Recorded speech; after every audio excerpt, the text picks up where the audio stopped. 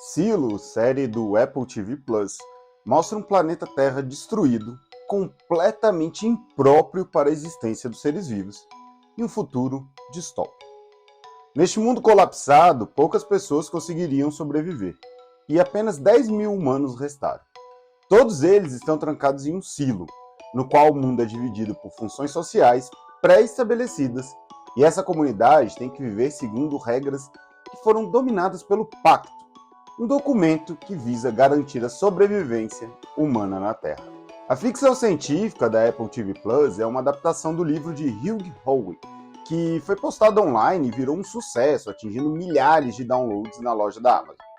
Para vocês terem ideia, o sucesso fez com que várias plataformas tentassem comprar os direitos e quase que a Netflix ganha essa briga. Mas no final, Silo, ou Silo se você preferir, foi parar no streaming da Apple. Mas se a gente analisar com um pouco de calma, dá para perceber que Silo é mais uma produção do mundo das ficções científicas distópicas, na qual, após um grande apocalipse, a humanidade precisa arranjar um jeito de seguir sobrevivendo, seja por conta da destruição do planeta, o colapso da sociedade ou uma guerra que teve efeitos catastróficos. Nessa lista entram produções como Jogos Vorazes, Divergente e Expresso do Amanhã. E mais olha, uma cacetada de filmes e séries do gênero. Aliás, Expresso do Amanhã, série que chegou ao Brasil pela Netflix, tem vários pontos em comum com Silo. Mas a principal diferença é que Silo é muito bom, já o Expresso da Manhã não é tão bom assim. Mas fica calmo que eu vou tentar aqui organizar essas ideias. Distopias sobre a humanidade tentando sobreviver em uma terra completamente arrasada são o que a gente pode chamar de um hit contemporâneo. E bom, vamos combinar uma coisa? Conviver e refletir sobre essa ideia de destruição do mundo não é algo assim tão surreal. Basta a gente dar uma olhada nas notícias. Desmatamento recorde, guerra, ameaça de disputa nuclear, violência crescente, caos ambiental, aquecimento global. Enfim, dá pra gente falar que o fim do mundo tá perto, né? Não é à toa que o filósofo e crítico cultural britânico Mark Fisher escreveu o livro Realismo Capitalista. Na obra, ele argumenta que atualmente é mais fácil imaginar o fim do mundo do que o do regime capitalista. E que esse regime, no fim das contas, talvez seja o grande causador de todas essas desgraças que ameaçam o planeta. Agora você deve estar se perguntando, o que isso tudo tem a ver com Silo, a série da Apple TV Plus? Eu poderia falar que tudo, e é por isso que eu vou falar. Tem tudo a ver. Silo, série do Apple TV Plus, mostra um planeta Terra destruído, completamente impróprio para a existência dos seres vivos, e um futuro distópico. Neste mundo colapsado, poucas pessoas conseguiriam sobreviver, e apenas 10 mil humanos restaram. Todos eles estão trancados em um silo, no qual o mundo é dividido por funções sociais pré-estabelecidas, e essa comunidade tem que viver segundo regras que foram dominadas pelo Pacto, um documento que visa garantir a sobrevivência humana na Terra. Mas por que essa série é tão boa? O que torna Silo uma série distópica diferente das dezenas de produções do gênero? Por que Silo é tão legal?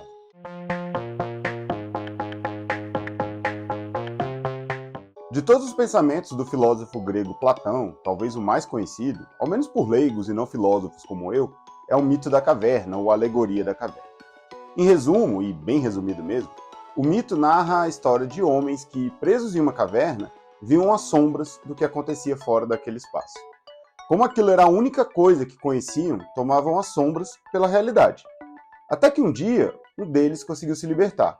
E ao voltar para contar que aquilo era só uma parte da realidade, foi rechaçado pelos outros que, ao não acreditarem, decidiram matar.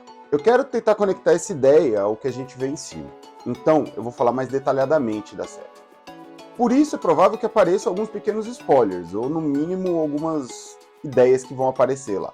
Eu vou, claro, não comentar nenhuma grande reviravolta da trama, mas fica aqui o aviso e se você não quiser ir lá ver e depois voltar, fica à vontade. Mas se quiser continuar, também fica aqui com a gente. Silo da Apple TV Plus começa com um conflito simples. O xerife Hoston Becker e sua esposa Allison querem ter um bebê. No ambiente ultracontrolado do Silo, só é possível engravidar com autorização do governo. Os dois, então, têm a terceira e última chance para conseguir engravidar.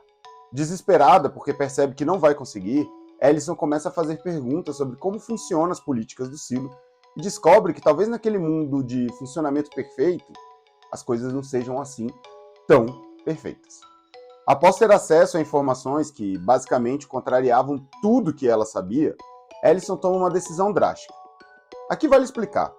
Segundo o pacto, os moradores do silo têm o direito de pedir para sair, porém a decisão é irrevogável. E Ellison queria sair porque passou a acreditar que o silo era uma grande mentira. E queria ela mesma descobrir se o mundo externo era inabitável ou não. E para isso, ela criou uma espécie de código no qual ela avisaria algumas pessoas. A decisão de Ellison, é claro, deixou seu marido, Halston, completamente sem chão. E ele então tenta também desvendar o mistério do silo. E decide sair. E após sua saída, Juliette Nichols, uma moradora das classes mais baixas do silo, é nomeada xerife. E acredite, a classe social aqui é muito importante, porque ninguém imaginaria que uma Zé Ninguém seria uma xerife. A partir daí, o silo é invadido por mortes misteriosas. E Juliette entra em uma busca pela verdade do funcionamento do silo e também do que está acontecendo, desse poder lá. Você pode estar achando que eu falei muito sobre a série até aqui, mas acredite se quiser, isso é apenas parte do primeiro episódio do seriado. A verdade é que Silo tenta fazer uma reflexão profunda sobre como conhecer apenas uma parte da realidade pode ser uma ferramenta poderosa de controle social. Tal qual o mito da caverna de Platão, os habitantes do Silo não têm nenhuma informação sobre como era o mundo antes do Silo. A série se passa 140 anos depois da construção do artefato. E aquelas pessoas que estão ali, elas sempre viveram conhecendo apenas o mundo do Silo.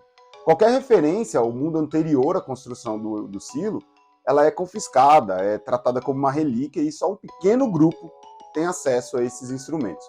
Isso vale para tudo, pode ser uma revista ou um simples depósito de balinhas. O mundo exterior é visto apenas por uma janela, que é limpa toda vez que alguém sai do silo. As pessoas que são expulsas, elas têm que limpar.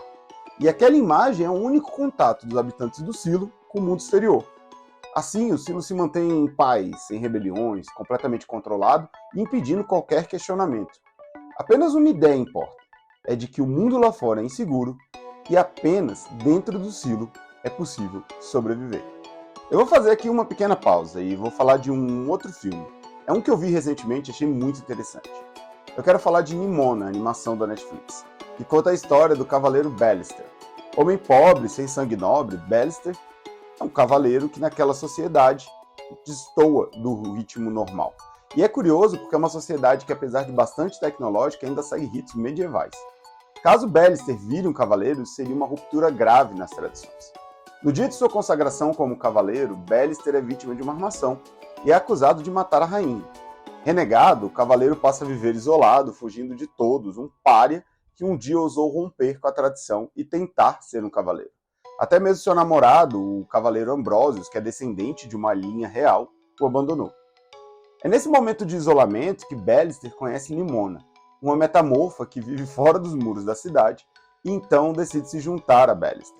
Sua ideia, no entanto, era completamente diferente da do cavaleiro. Enquanto ela queria pôr abaixo aquela sociedade desigual, Ballister pretendia provar sua inocência e voltar a ser aceito por lá.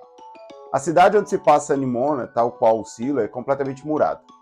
Todos que vivem lá sabem que do lado de fora existem monstros que precisam ser combatidos. Tanto em Silo quanto em Nimona, a ideia de gerar um medo do outro está constantemente presente. Lá, fora dos muros ou do silo, está o perigo. Aqui, a segurança. E nem que para isso a gente precise conviver com corrupção, controle social, tenha que adotar cegamente o discurso, conviver com uma ideia do que o diferente é o inimigo, de que só existe uma forma de viver e de pensar. Pensa um pouco onde a gente já ouviu isso bem recentemente. O religioso e pastor da Igreja Lagoinha, André Valadão, recentemente, em um pronunciamento no YouTube, num culto que foi transmitido online, falou coisas como resetar a humanidade, que Deus não mata a todos porque ele não pode mais. Mas se Deus não pode mais, nós podemos. Essas foram frases do pastor André Valadão quando ele estava falando sobre a população LGBTQIAP+. Ele, claro, muito espertamente, não cita diretamente essa população. Não fala abertamente que quer matar os LGBTs, mas insinua, deixa isso nas entrelinhas, como um discurso que ele se garante juridicamente de se poupar de possíveis consequências, mas fica ali, ainda falando sobre isso. Esse culto se chamava algo como Por que Deus odeia o orgulho? por que um pastor tem um inimigo? Há anos atrás, por exemplo, existiam inimigos comuns em nações. Na Alemanha, no começo do século XX, foram os judeus, naquele período político, que eu não vou falar aqui o nome para esse vídeo não sofrer nenhuma consequência. Mas hoje fica muito claro que o outro, o inimigo dessas pessoas, aquele que é apontado sempre como o destruidor de famílias ou qualquer coisa, é a população LGBT. E principalmente o T nessa relação. As pessoas trans são alvos constantes de recriminação por parte desses religiosos e por parte de políticos, principalmente conservadores, como aquele deputado que ridicularizou pessoas trans na frente de outros parlamentares trans, como a deputada Érica Hilton e também a deputada Duda Salabert. É realmente muito comum a gente ver a ideia de que é o outro o inimigo, que o inimigo está lá fora. E criar essa ideia é justamente uma das coisas que torna Silo interessante, porque ele mostra qual é o sentido em você eleger um inimigo e o que está por trás disso. A ideia da série é justamente mostrar que o inimigo está lá fora, assim como em Nimona. O inimigo está fora dos muros, o inimigo é o outro. E por que ter um inimigo comum é algo tão relevante? Uma das coisas que torna Silo interessante, na minha opinião, é justamente a ideia de mostrar que ter um inimigo comum, ou seja, ter um discurso único e colocar que tudo que está fora desse discurso é imoral, é ilegal, é perigoso, é uma das principais formas de controle social. Se eu tenho um inimigo comum, eu consigo controlar aqueles. Eu falo, olha, a gente tem que temer. E quem são esses inimigos no mundo atual? Para mim, para essas seitas conservadoras, parece muito claro que esse inimigo são as pessoas LGBT.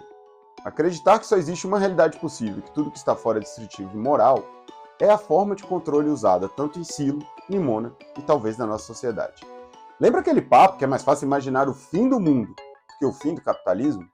Eu fico me perguntando se será que é tão difícil assim imaginar um mundo organizado com menos desigualdades e opressões. Eu fico me perguntando que talvez a onipresença desse modelo obriga a gente a imaginar que ele só vai terminar se tudo acabar. Será que a realidade dos habitantes do Silo só muda se o Silo acabar? E se o Silo acabar, seria o fim do mundo? Isso se aplica na sociedade? Não sei. A gente vai descobrir na segunda temporada.